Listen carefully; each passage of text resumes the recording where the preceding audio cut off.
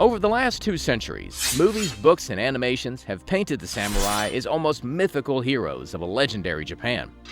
But were they really the honorable warriors they're often made out to be? Not always. Many were ruthless, quick to end a commoner's life without a second thought. Yet, for all their power, their lives were filled with danger and difficulties.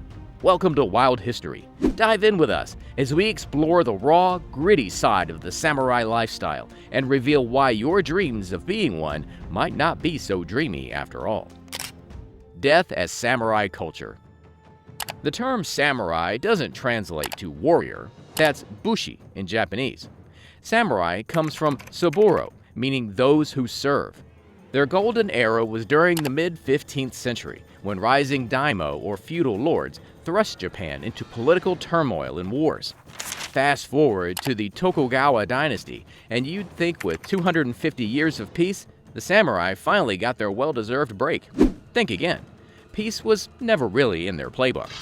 Bushido, their revered code, was less about life and more about embracing death. With Buddhism's influence, death wasn't just accepted, it became institutionalized, a revered act. Sacrificing oneself for their daimyo wasn't just honorable, it was the gold standard of loyalty. A sentiment so deep-rooted that it seeped into modern militarism, as seen when Japanese patriots chose death over the perceived humiliation of their emperor's surrender in 1945. Mr. Shigemitsu comes to the surrender table. These dramatic first pictures were made by newsreel war correspondents and Army and Navy cameramen, and were specially flown back from Tokyo. This glorification wasn't mere happenstance. It's believed authorities in feudal Japan painted death as the ultimate salvation, a propaganda that permeated through TV shows, dramas, and manga. Death wasn't just heroic, it was masculinity personified. Take the idyllic tales where suicide was seen as the ultimate macho act, and you get the gist. Samurai roots of the Yakuza. When you think of modern-day Japan, the contrast is striking. In a nation lauded for its safety, the formidable Yakuza operates with over 84,000 members as of 2001. And here's the jaw-dropper. Their roots intertwine with the samurai. During the tranquil eras, the once pivotal samurai found themselves marginalized. Seeking purpose, they turned to bold fashion choices, setting trends that might make even today's rebels blush. This restless energy led to the formation of street gangs, like the audacious Kabu Kimono. But it wasn't all just style wars. The Kyokaku gang, with samurai of varying classes, added another layer of chaos, brandishing oversized swords, signaling their readiness for turf wars. Bushido, seen today as the revered samurai code, wasn't always so chivalric. Doctors like Dr. Henry Smith clarified that Bushido's historical version was much more aggressive and martial than today's romanticized interpretations. The transition from samurai to gangster further solidifies why surviving as a samurai was a challenge. As they grew irrelevant, many samurai merged with the outcast Tekiya group, gradually forging criminal syndicates. These factors, over time, evolved into what we recognize as the Yakuza. And while the modern Yakuza may wield katanas in homage to their ancestors, their existence reminds us of the samurai's tumultuous journey, a journey you'd likely not survive. Challenges of being a samurai's wife. Now we come to an aspect often overlooked amidst the samurai bravado, the lives of their wives. While pop culture glorifies samurai as the ultimate warriors, the reality inside samurai households is far less idyllic. Imagine a world where your marriage gets decided when you're young, often without your consent. This was the Edo era, where parents prearranged marriages across Japan. But for a samurai wife, the system was more restrictive. Apart from parental consent, marriages in the samurai class needed approvals from their daimyo and even shogunal authorities. The very essence of love and spontaneity was often overshadowed by tradition. The financial side wasn't rosy either. A dowry system prevailed, and in instances where the bride hailed from a less affluent background, her family compensated the samurai for the union. One can only fathom the emotional toll and lack of genuine affection in such unions. But the most heart-wrenching aspect? The agonizing ritual of Jigai.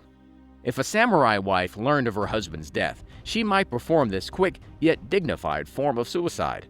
Whether to protect her honor or to manage overwhelming grief, Jigai symbolizes the poignant challenges of being Mrs. Samurai, a reminder of the hardships they bore in a world that romanticized their warrior husbands. Foreign-born samurai in Japan. Now think of the perils of being a foreign-born samurai. As intriguing as it sounds, it came with its unique challenges. Enter Yasuke, the 6'2" African who landed in Kyoto in 1579. His towering presence created a sensation, making him an immediate celebrity, with crowds clamoring for a mere glimpse. However, Yasuke was more than a spectacle. His linguistic prowess and shared passion for martial arts won over the iconic Nobunaga, a visionary who radically transformed Japanese warfare. While traditional samurai were equipped with ancestral weapons, Nobunaga's armies comprised units that, though less elite, were efficient. Yasuke, with his distinct stature and skills, fit seamlessly into this mold. But Yasuke wasn't the only foreign-born samurai. There were others, like Jan Justin, a Dutchman under Tokugawa, and William Adams, an English navigator. Even Jules Burnett, believed to be the inspiration for The Last Samurai, made the list. However, Yasuke's zenith was short-lived. He was right there, amid the flames, when Nobunaga faced betrayal. Legend whispers of a heart-wrenching moment when Nobunaga, cornered, asked Yasuke to behead him. The mental toll, the conflict between duty and emotion, is unimaginable. Post-Nobunaga, Yasuke's position eroded, highlighting the fleeting nature of an outsider's place in the samurai world. Would you survive that pressure? Ritual of Seppuku, honorary self-death. Now, we dive into the most bone-chilling aspect of a samurai's life, the harrowing ritual of seppuku. For many, the word conjures up visions of Sudoku, the puzzle game. But trust me, there's no erasing these fatal moves.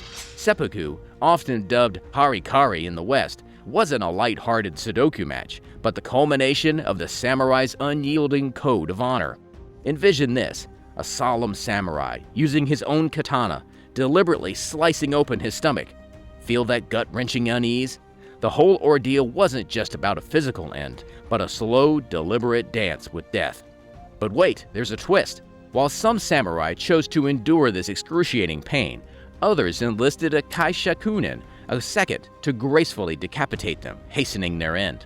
Just to be clear, while seppuku denotes the act of honorable suicide, harikari refers to the stomach-cutting method itself. Often, this wasn't a clandestine affair, but a grand spectacle, a theater of honor. The performing samurai might pen a poignant death poem, savor a final sip of sake, and then embrace the cold blade. Rooted in the 12th century, this ritual was a symbol of honor, whether to evade capture, protest against overlords, or grieve a fallen leader.